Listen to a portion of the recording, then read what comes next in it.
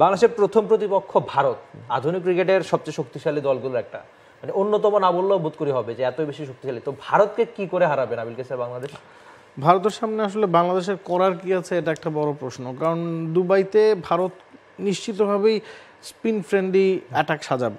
আমরা যদি দেখি জাসপ্রীত বুমরা যখন ছিটকে গেছেন, তার জায়গায় বারুণ চক্রবর্তী এসেছেন, হর্ষিত রানা এসেছেন জয়সওয়ালের জায়গায়, মানে হর্ষিত রানা এবং বারুণ চক্রবর্তীর দলে ইনক্লুড হয়েছেন জয়সওয়াল এবং বুমরার জায়গায়। এর মানে হচ্ছে সিরাজকে এখনো পর্যন্ত ভারত দলে রাখেনি।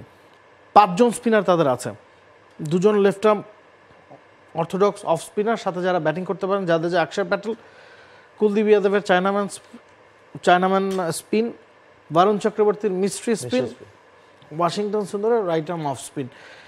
সব ধরনের ভ্যারাইটি তাদের স্পিন অ্যাটাকে আছে।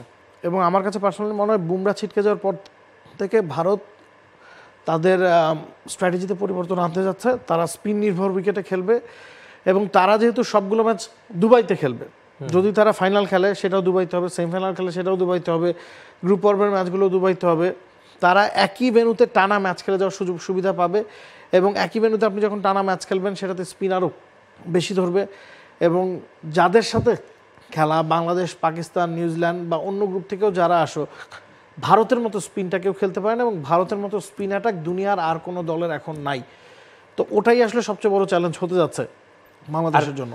নাবিল কাসের, আমার মনে হচ্ছে যে দুবাইয়ের উইকেট এখানে খুব একটা গুরুত্বপূর্ণ। আর যদি ক্রিকেট এমন একটা খেলা, উইকেটই তো সবচেয়ে বড়, ম্যাচে কে জিতবে সেটা ঠিক করে দেয়। তবে দুবাইয়ে এখন পর্যন্ত ওই অর্থে খুব বেশি ওয়ানডে হয় নাই, আর শারজাহ বা অন্যান্য মাঠে যে হয়েছে। তো দুবাইয়ের প্রথম ইনিংসের গড় রান হচ্ছে 218। তারপর আইসিসি ইভেন্ট বলে আমি ধরেই নিচ্ছি যে স্পোর্টিং উইকেট হবে। আর ভারতের স্পিন শক্তিশালী, বাংলাদেশের স্পিনাররাও কিন্তু ঠিকঠাক। তবে ওই যে বাংলাদেশের স্পিনাররা কতটুকু ঠিকঠাক সেই প্রশ্নটা আপনার কাছে রাখতে চাই। আমরা একসময় মনে করতাম যে স্পিন বলতে আমরা সবল স্পিন দিয়ে আমরা প্রতিপক্ষকে ঘায়েল করতে পারবো। ওয়েস্ট ইন্ডিজে তাইজুলের কথা যদি আমরা বলি, তাইজুল তো খেলেনি, মিরাজের কথা যদি বলি, নাসুমের কথা যদি বলি বা রিশাদের কথা যদি বলি, কেউই কিন্তু খুব বেশি এফেক্টিভ ছিলেন না। যা করার পেসাররা করেছেন এবং আমাদের মূল শক্তিমত্তা এখন স্পিন থেকে বেরিয়ে পুরোপুরি পেস নির্ভরশীল। ভারত সেটা জানে এবং ভারতের মূল শক্তিমত্তা এবার স্পিন, কারণ জাসপ্রীত বুমরা নাই। মোহাম্মদ শামি প্রায় বছর খানেকের ওপর মাঠের বাইরে ছিলেন, মাত্রই কামব্যাক করেছেন।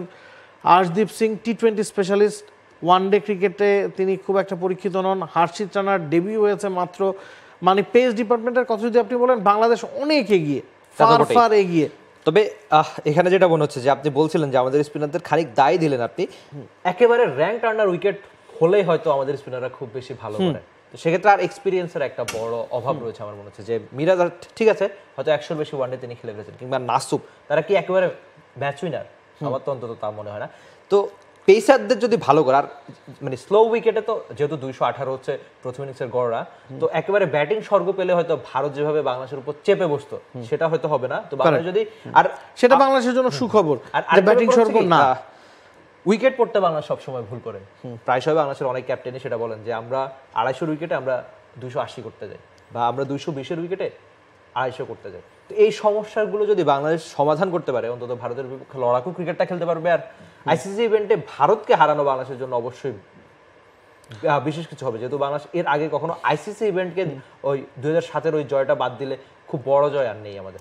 হাইপটা সবসময় থাকে, তবে মাঠে সেটার বাস্তবায়ন করাটা খুব ডিফিকাল্ট, এটা আপনাকে মানতে হবে। বাস্তবিক অর্থে ইংল্যান্ড 3-0 ব্যবধানে যে ভারতের কাছে সিরিজটা হেরেছে, ইংল্যান্ড একেবারে নাস্তানা বুঝেছে।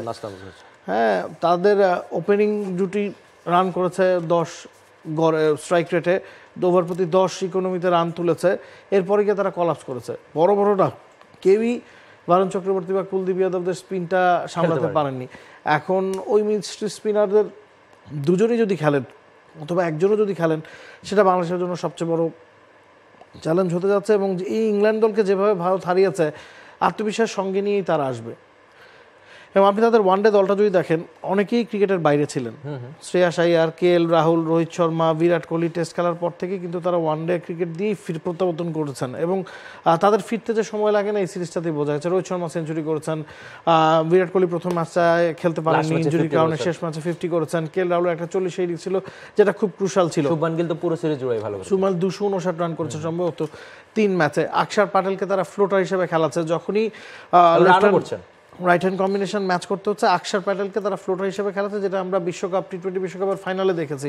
এবং এই জায়গাটাতে ভারতের একটা বড় শক্তিমত্তা কিন্তু আকসার প্যাটেল, যিনি যে কোনো জায়গায় আসলে ব্যাটিং করতে পারেন। তাদের আপনি লাইন আপ যদি দেখেন, রোহিত শর্মা, শুভমান গিল, বিরাট কোহলি, শ্রেয়াস আয়ার, KL রাহুল, 5 জন টপ অর্ডার ব্যাটসম্যানই রাইট হ্যান্ডেড। সেখানে একজন ফ্লোটার হিসেবে আকসার প্যাটেল যখন ইনক্লুড করেন, সেটা প্রতিপক্ষকে অনেক বেশি চিন্তায় ফেলে।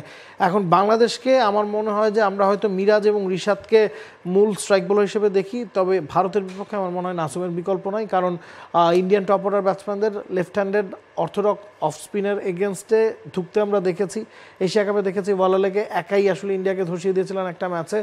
তো আমার কাছে মনে হয় যে আপনার ওই জায়গায় কিছুটা কম্প্রোমাইজ করা দরকার, ব্যাটিংটা একটু কমিয়ে হলেও নাসুমকে আসলে খেলানো প্রয়োজন। বা আপনি যদি 3 স্পিনার খেলান, সেক্ষেত্রে নাসুমের থাকাটা খুব জরুরি। এই ইন্ডিয়াকে হারাতে হলে আমার কাছে পার্সোনালি মনে হয় নতুন বল অন্তত 2টা উইকেট নিতে হবে, এবং নাসুমকে যদি ইন্ডিয়ান ব্যাটসম্যানরা পড়তে ব্যর্থ হয়, সেক্ষেত্রেই বাংলাদেশের একটা সুযোগ আছে। নতুবা এই ইন্ডিয়া দল যদি মোটামুটি খেলে, তারপরে বাংলাদেশের পক্ষে পারা সম্ভব না। তাদের ওই দিনটা খারাপ যেতে হবে, বাংলাদেশের ওই দিনটা ভালো যেতে হবে। বিপিএল একটা ইন্টারভিউ নিয়েছিলাম নাসুমের, তো তিনি বলেছিলেন যে তিনি বিশ্বাস করেন তিনি হচ্ছেন বড় ম্যাচের প্লেয়ার। তো সেই বড় ম্যাচের প্লেয়ার কতখানি বড় ম্যাচে ভালো পারফরমেন্স করে, সেটা ভারত ম্যাচে আরেকবার অন্তত তিনি প্রমাণ করতে চাইবেন। For more updates, subscribe to our YouTube channel and click on the bell icon. Follow us on Facebook and Instagram. Download T Sports app to enjoy exciting games and highlights. Visit tsports.com.